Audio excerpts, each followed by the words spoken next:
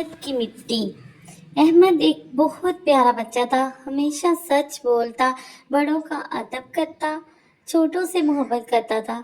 सब उससे मोहब्बत करते। अहमद 4 क्लास में पढ़ता था। एक दिन जब वो स्कूल में था तो उसके उस्ताद ने सब बच्चों से कहा कि जो बच्चा कल जन्नत की मिट्टी लाएगा उसे क्लास का मॉनिटर बनाया जाएगा।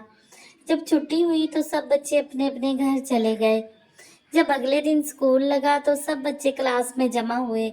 उस्ताद क्लास में आ गए और बोले, तो प्यारे बच्चों, कल मैंने तुम्हें जन्नत की मिट्टी लाने के लिए कहा था।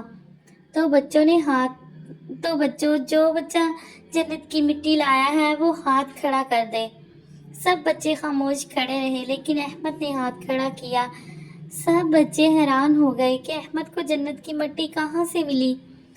सर ने अहमद को पास बुलाया और मिट्टी मांगी। अहमद ने एक छोटे से छापर में थोड़ी सी मिट्टी डाली हुई थी, वो अपने उस्ताद को दे दी। उस्ताद ने अहमद से पूछा कि तुम ये मिट्टी कहाँ से लाए हो।